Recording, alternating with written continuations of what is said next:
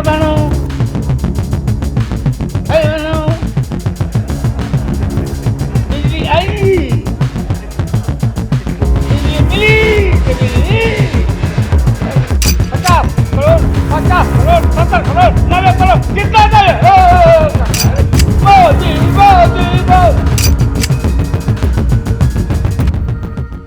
बिहार की राजनीति में अगर रंग रस और ठसक का नाम लिया जाए तो सबसे पहले उभरता है एक ही चेहरा, लालू प्रसाद यादव। संसद में टूटी फूटी इंग्लिश से हंसी बटोरने वाले Body is appreciating कि I have done a tremendous work।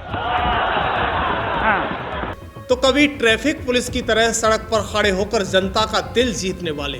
7 बेटी 2 बेटा और लालू और राबड़ी 11 और 15.5 से गुना कर दो तो 1 करोड़ कै लाख हो जाता। बैठ के चावते रहते हम लोग। लेकिन हंसी मजाक के पीछे छिपा है वो राजनीतिक मास्टरमाइंड जिसने बिहार की राजनीति का खेल बदल दिया। बिजली आई, बिजली गई। अरे मोदी जी ठीक से बोलिए, नस फट जाएगी। भाइयों बहनों,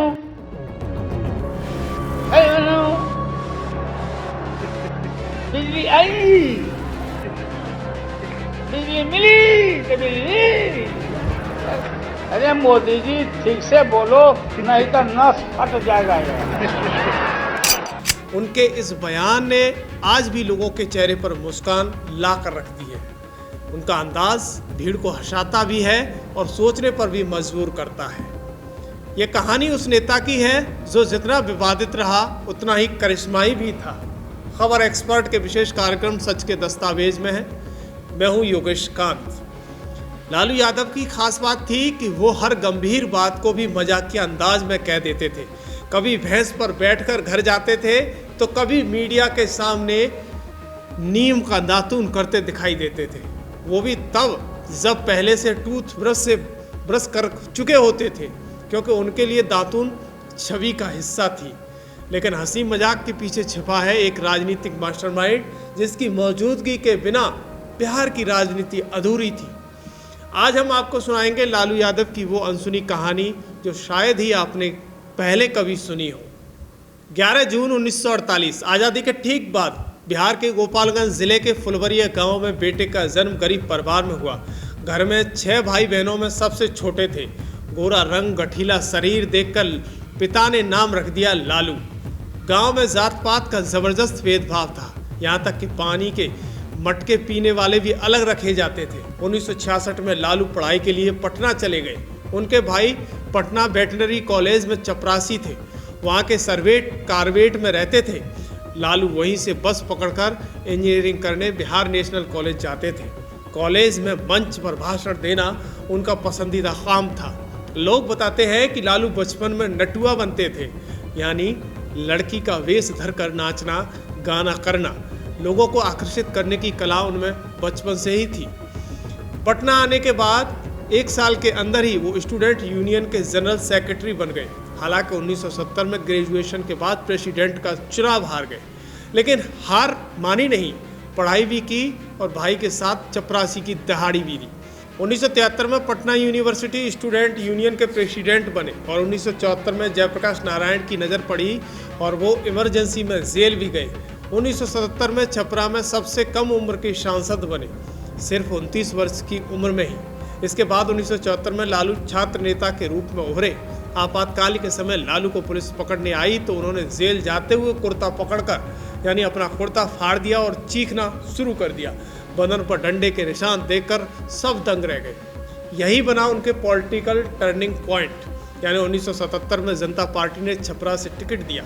लालू यादव रिकॉर्ड वोटों से जीते और सिर्फ 29 साल की उम्र में सबसे युवा सांसद चुने गए। 10 साल तक विधायक और सांसद रहते हुए पार्टी में कद बढ़ता गया। 1990 में जनता दल की सरकार बनी और मुख्यमंत्री पद के लिए 3 नाम आए, राम सुंदर दास, जगन्नाथ मिश्र और लालू यादव। लालू ने भाषण में जो बात रखी वो पूरे हॉल में तालियों की गूंज सुनाई दी। पहली बार 5 मार्च 1990 को लालू यादव बने बिहार के मुख्यमंत्री। मेरे आदेश से बिहार नहीं रोका था, एक चूहा भी नहीं मरा। एक ऐसा नेता जो भैंस पर बैठकर गांव पहुंचा, माँ चूल्हे पर खाना बना रही थी जब लालू ने अपनी माँ से कहा, माँ हम हथुआ के राजा बन गए हैं। क्योंकि माँ को मुख्यमंत्री शब्द समझ में नहीं आता था तो माँ की आंखों में आंसू आ गए। हाँ, बोला कि हम स्मार्ट सिटी बनाएंगे। लालू को स्मार्ट सिटी नहीं चाहिए, स्मार्ट गांव चाहिए, स्मार्ट गांव चाहिए हमारा। लालू ने कभी अपनी गरीबी नहीं छिपाई। दातून करना, खेत में हेलीकॉप्टर उतारना, बच्चों में टॉफी बांटना और आम जनता से सीधा संवाद, ये थी उनकी पहचान। एक बार तो उन्होंने पटना के चौराहे पर खुद ट्रैफिक संभाला और पटना मेडिकल कॉलेज में मरीजों के लिए रैन बसेरा बनाया। यानी 2004 में जब सोनिया गांधी प्रधानमंत्री नहीं बनी तो लालू ने मनमोहन सिंह को समर्थन दिया। कहा कि मनमोहन ठीक है, पढ़े लिखे हैं, सीधा साधा है, काम करेंगे जनता के हित में। और वही फैसला भारत को मिला, एक ईमानदार प्रधानमंत्री। कभी कभी लालू की अनसुनी कहानियों में कहते हुए ये भी दिखाई दिए कि मोदी मोदी 50 करोड़ 70 करोड़, अरे कुछ तो छोड़ दो भाई। 50 करोड़ 70 करोड़ 90 करोड़ कितना चाहिए? अब विद्यार्थी परिषद का लड़का आगे बैठ के मोदी मोदी मोदी, हम लोग नहीं समझते हैं। और ये संसद में शायरी भी देते थे, तुम अगर मुझको न चाहो तो कोई बात नहीं, अगर किसी और को चाहोगे तो मुश्किल होगी। तुम अगर मुझको न चाहो तो कोई बात नहीं, तुम अगर मुझको न चाहो तो कोई बात नहीं, तुम किसी और को चाहोगे तो मुश्किल होगी। वरिष्ठ पत्रकारों के मुताबिक लालू बेवकूफ नहीं है, वो जानते हैं कि कब और क्या कैसे बोलना है। लागल लागल झुलनिया में धक्का बोल कलकत्ता चला ताकि बात सीधा लोगों के दिलों में उतर जाए। जब लालू यादव का नाम लिया जाता है तो दिमाग में एक ही चेहरा आता है, राजनीति में मस्ती, भाषा में ठसक और जनता से सीधा संवाद। Duty of my to grow fruit tree.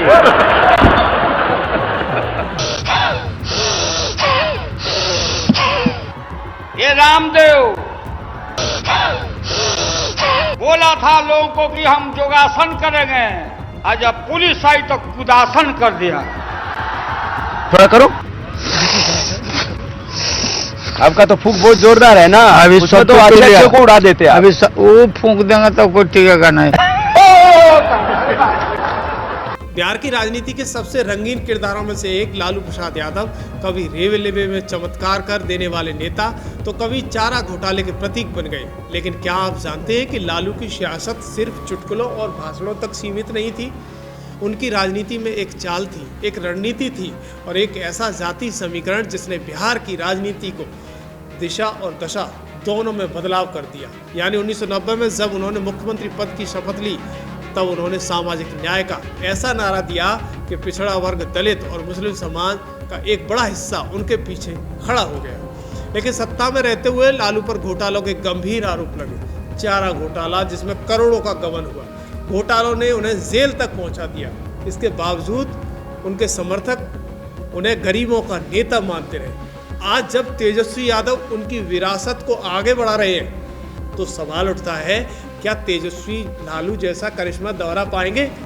क्योंकि लालू यादव एक ऐसा नेता रहे हैं जिनके बिना बिहार की राजनीति की कहानी अधूरी मानी जाती है। उनकी राजनीति में जहां एक तरफ मजाकिया अंदाज था तो वही दूसरी तरफ जाति गणित की गहरी समझ भी थी। लेकिन एक बड़ा सवाल यह है कि लालू के शासन में सचमुच जंगल राज फैला था या फिर सब कुछ एक साजिश थी।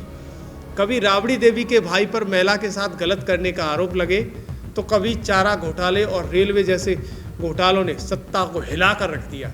तो आखिर क्या है पूरा सच? देखिए सच के दस्तावेज पार्ट 2 में लालू जंगल राज की पूरी हकीकत।